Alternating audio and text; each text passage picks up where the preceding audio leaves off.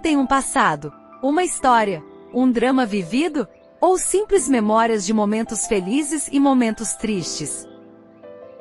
Há memórias que guardamos em gavetas, que ali permanecem por anos, ficam empoeiradas e só nos lembramos delas vez ou outra, quando abrimos as gavetas no intuito de procurar algo de nosso presente. Outras passeiam sem pedir permissão em nossa mente constantemente e deixamos que elas transitem por lá. Mas há memórias mais profundas e marcantes que decidimos colocar em um baú, fechar com um cadeado, enterrar ou lançar no mais profundo dos oceanos, para nunca mais ter acesso ao seu conteúdo. No entanto, ainda que lancemos esse baú de memórias no mar do esquecimento, com o tempo e as mudanças, as ondas agitadas acabam trazendo à superfície todo o seu conteúdo. É como abrir uma caixa de Pandora, até a mais doce bebida se torna mais amarga que o absinto. Eu sou da terceira geração, neta de japoneses, minha mãe filha de japonês e meu pai mulato brasileiro. Somos uma família de mulheres, eu e minhas 3 irmãs, eu sendo a terceira filha. Vivíamos em uma cidade grande do interior no Brasil. Minha mãe queria seguir tentando ter um menino, mas meu pai achou melhor parar por ali. Assim crescemos, e como em toda a família sempre houve muitas divergências entre eu e minhas irmãs. Minha irmã mais velha, sempre muito rígida, queria controlar a nossa vida em todos os sentidos. Minhas irmãs se dedicaram aos estudos com afinco, eu era a mais alienada com os estudos. Além de reprovar por 2 anos, fiquei 1 ano sem querer estudar, até que resolvi retomar e dar início ao ensino médio. Eu gostava das festas e dos bailes e às vezes era pega de surpresa com algum namorado.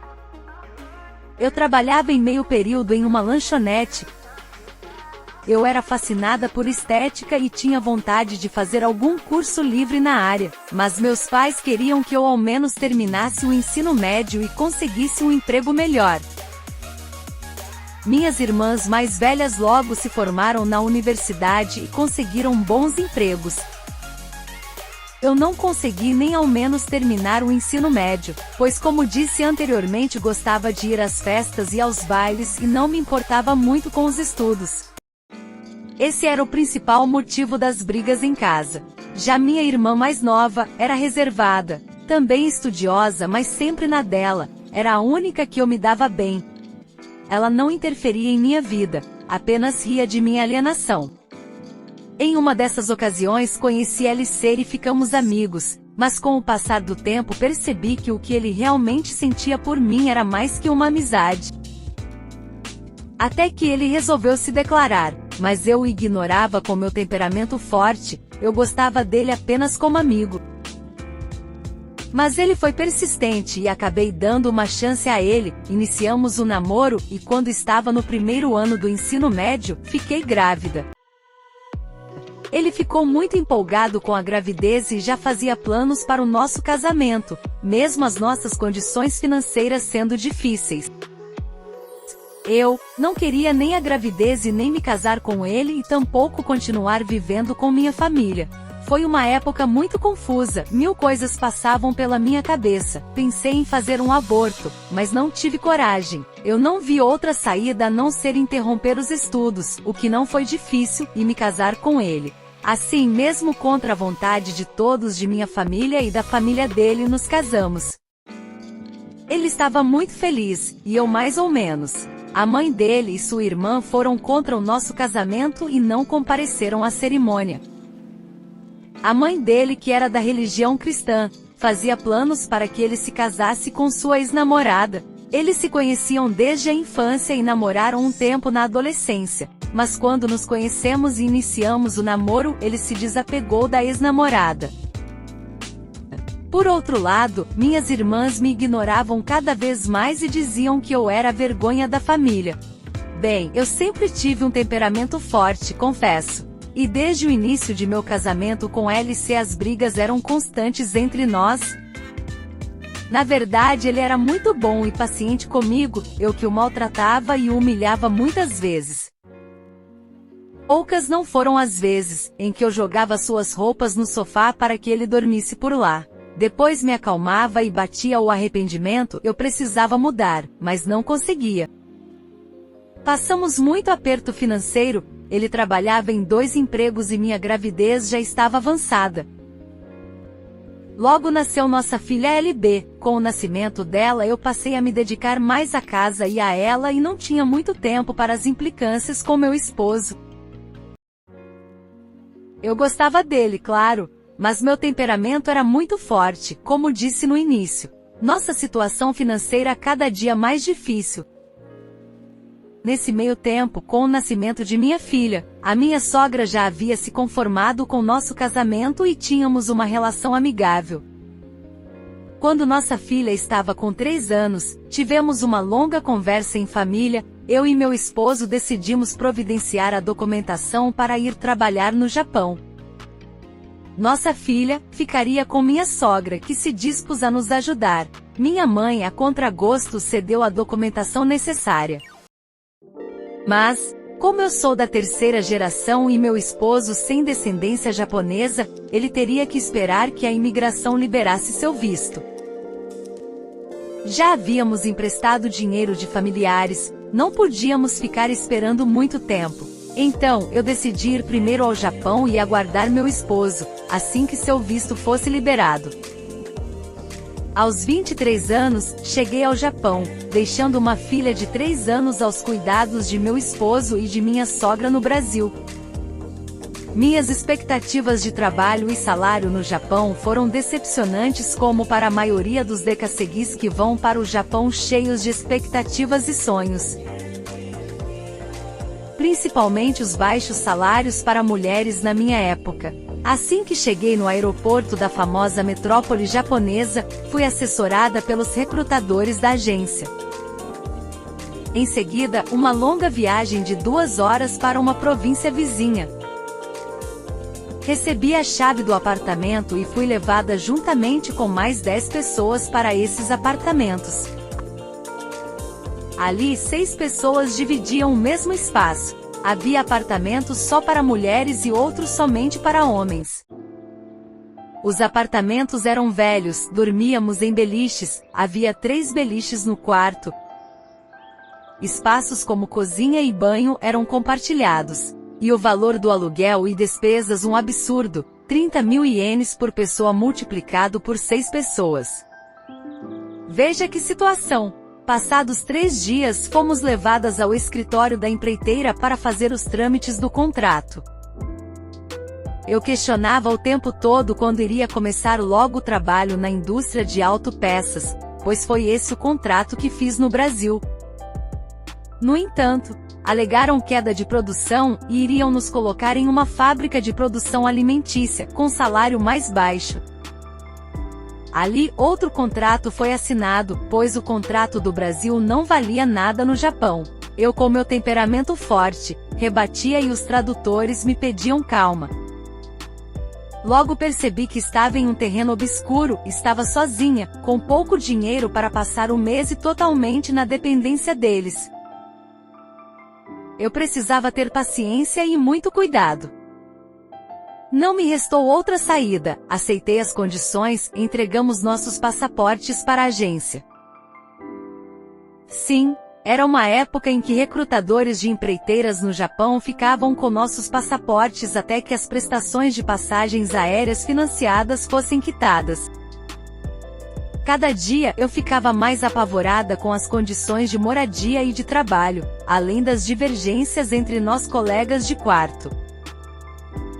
Meus primeiros dias na fábrica foram cruéis, as linhas eram rápidas e a chefe gritava o tempo todo querendo produção. Os 2 primeiros meses não tinham horas extras, parte do salário era para quitar a passagem financiada, aluguel e demais despesas. E ainda eu precisava enviar dinheiro para o Brasil, eu chorava todos os dias. Pensava no meu marido, como eu o maltratava e o quão insuportável eu era. Mas os meses foram se passando, eu já estava me adaptando àquela sina de trabalho. E a documentação de meu esposo cada vez mais enrolada no Brasil. Passado um ano, a produção na fábrica alimentícia que era sazonal, despencou e recebi juntamente com outras funcionárias o aviso prévio.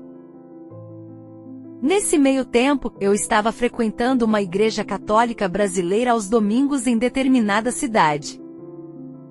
Ali íamos de trem em grupo para aulas de japonês. Vários brasileiros de todas as regiões frequentavam essa classe, alguns para realmente aprender o idioma, outros para arrumar namorada ou namorado. Ali eu e minhas colegas conhecemos um grupo de rapazes muito bacanas que já estavam no Japão há mais tempo que nós.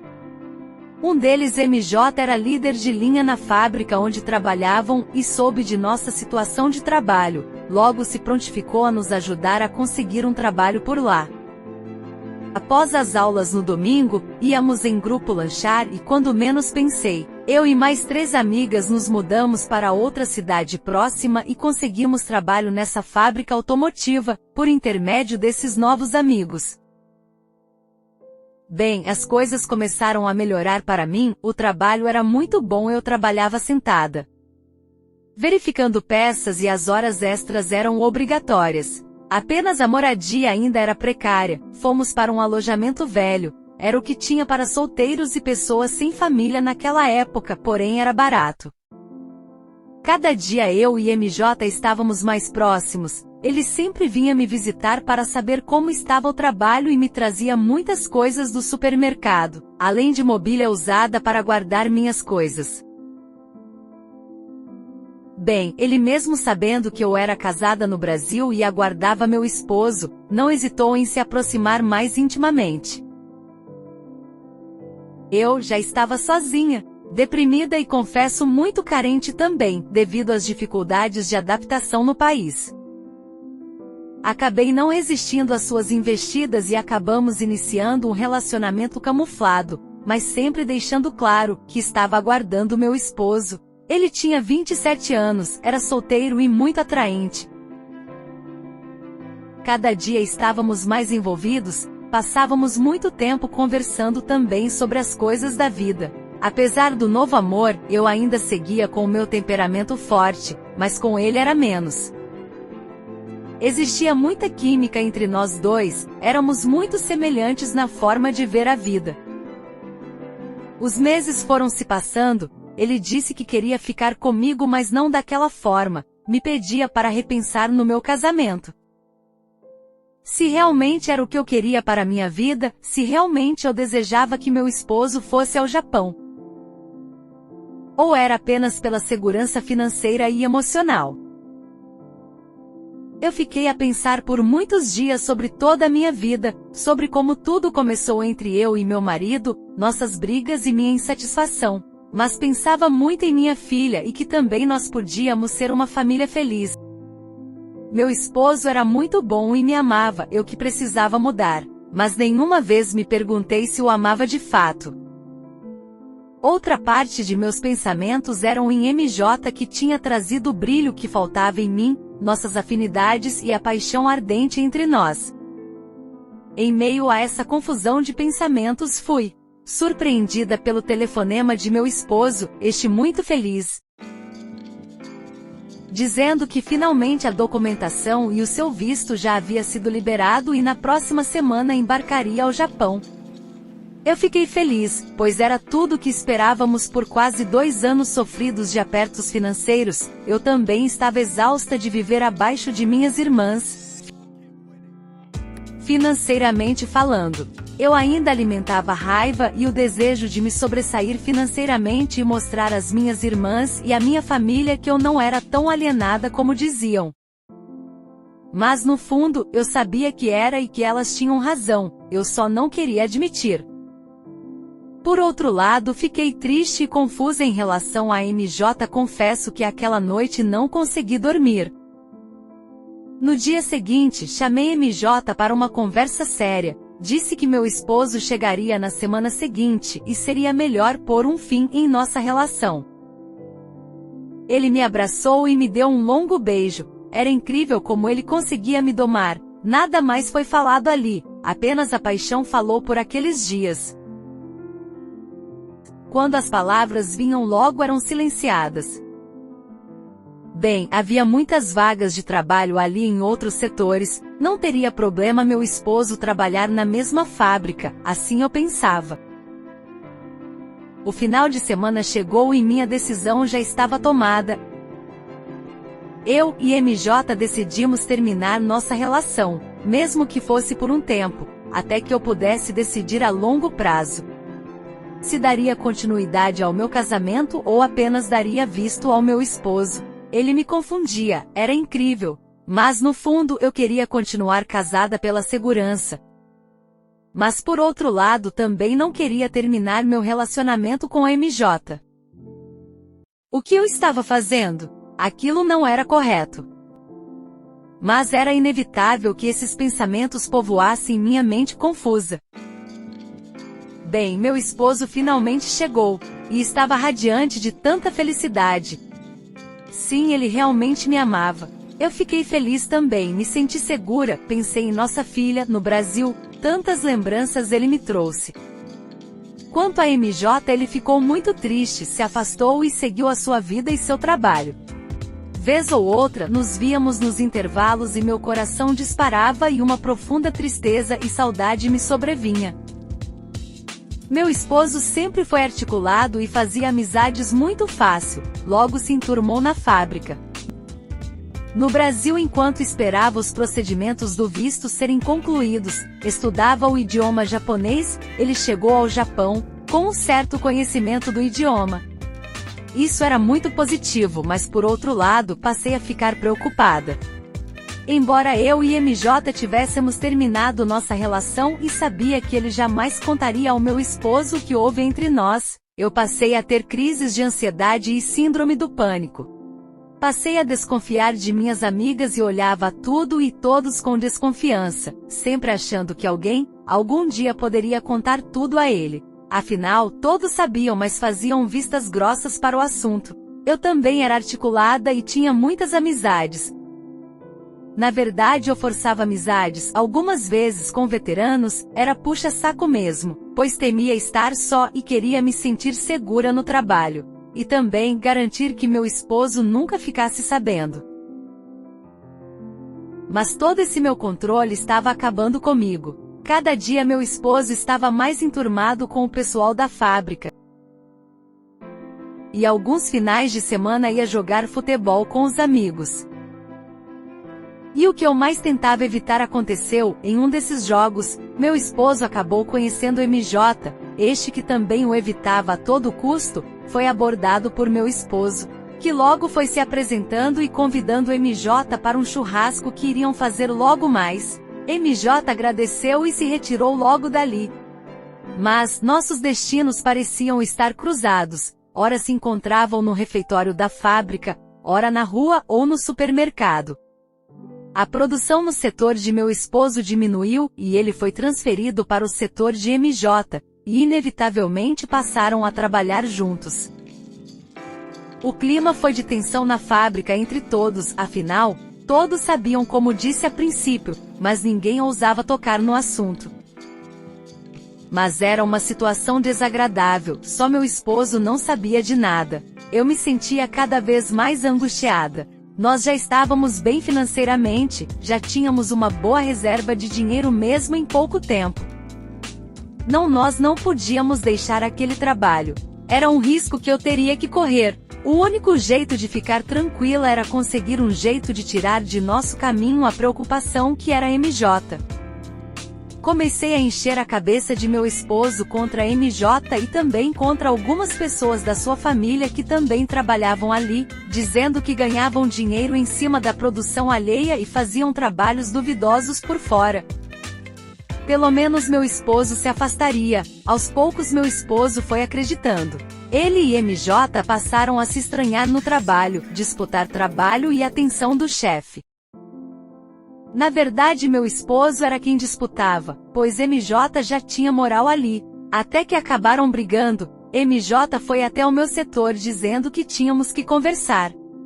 Meu coração estremeceu pela reação dele e confesso também por rever ele. Eu já não me conhecia mais. O que eu estava fazendo com as duas pessoas que só me fizeram bem? Eu implorei para que ele não dissesse nada a meu esposo. Ele me disse que tinha se arrependido de ter me conhecido e de um dia ter me ajudado e muito mais por ter me amado um dia. Vi lágrimas em seus olhos, ele se foi e me pus a chorar escondido. Meus dias eram amargos, minha consciência me atormentava todas as noites. Como se não bastasse, meu marido passou a falar mal de MJ a todos os amigos. Estes vinham em nossa casa almoçar e nós também íamos na casa destes. Todos ouviam, se entreolhavam, mas nada diziam. Afinal, isso parecia meio familiar ali entre algumas de minhas amigas casadas. Como disse no início, todos têm um passado, uma história. Bem, eu já não suportando mais, acabei contando toda a verdade a meu esposo. Ele não conseguia acreditar e insistia em não querer ouvir. Eu precisei sacudir ele e gritar com toda a minha revolta para que ele acreditasse. Ainda perguntei por que ele ainda estava ali comigo? Ele deveria me bater e me matar, eu gritava e chorava. Todos os vizinhos ouviam quietos nossa discussão. Ele acabou ficando em estado de choque, não reagia, apenas chorava e me olhava. Então fiquei calada, senti medo, mas estava decidida a morrer, caso ele viesse a me matar. Ele nada fez, apenas se dirigiu à cozinha, pegou uma faca e disse que ia se matar ali mesmo. Eu comecei a gritar e a segurar ele, quando ele me empurrou para que eu saísse de sua frente. Ele sumiu na escura noite de ruas desertas. Ficou 2 dias desaparecido. Depois que se acalmou, voltou para casa. Os pulsos estavam feridos, mas ele não teve coragem, pois pensou em nossa filha. Ele sentia ódio por mim e por MJ, óbvio, mas em uma tentativa de superar sua fragilidade de me amar, começou a dizer que isso só havia acontecido porque ele não tinha sido um bom marido e que nunca deveria ter me deixado sozinha tanto tempo. Eu apenas olhava com um profundo arrependimento. No fundo, eu sabia que ele não teria coragem de matar nem a mim e nem a ele mesmo, tampouco de me deixar. Nos abraçamos e choramos muito. Eu lhe pedi perdão, ele também me pedia que lhe perdoasse. A partir daquele dia decidimos iniciar uma nova vida, cogitamos nos mudar dali também, mas decidimos manter nossas cabeças erguidas e seguir ali. Por muitos e muitos dias houve silêncio na fábrica. Toda a nossa história se tornou popular na época. Os mais antigos de nossa época respeitavam ou teciam seus comentários entre eles. Já os recém-chegados tinham seus olhares curiosos em nossa direção e suas risadinhas e cochichos. Mas seguimos nosso caminho. Quanto MJ não suportou toda a situação em que também foi exposto e por não aguentar conviver no mesmo espaço que nós, decidiu ir embora para o Brasil. O tempo foi passando, e fomos buscar nossa filha para viver conosco no Japão, mas faltava algo a mais para selar nosso casamento e nossa família. Acabei engravidando de minha segunda filha, LB, ambas estudaram em escola japonesa. Ganhamos muito dinheiro, retornamos, investimos no Brasil e no futuro de nossas filhas. Quanto a MJ, restaram apenas memórias que fiz questão de trancar em um baú e lançar no mar do esquecimento. Nunca tivemos coragem de contar às nossas filhas o nosso passado e nossa história quase trágica no Japão. Apenas uma mudança de decisão de meu esposo mudou todo o curso de nossa história. Talvez eu pague todas as minhas dívidas do mal que fiz quando eu passar para o outro lado. Quanto a isto não me restam dúvidas. Mas procuro viver meu presente da melhor maneira possível com minha família. Não nego que em determinados momentos me vejo tentando mergulhar no mar do esquecimento, pegar esse baú de memórias e abrir apenas para saber se ainda estão lá, bem seguros. Mas como disse no início, as memórias marcantes e profundas devem ser enterradas e esquecidas para sempre. Bem, essa foi a minha história vivida no Japão há algumas décadas atrás. Obrigada pelo espaço e pela oportunidade em poder compartilhar essas memórias. Se você gostou desse vídeo da série Relatos de Brasileiros no Japão, se inscreva em nosso canal, ative o sininho para receber as notificações. Deixe o seu like, o seu comentário e compartilhe. Ajude nosso canal a ajudar você e a outras pessoas. Gratidão e volte sempre.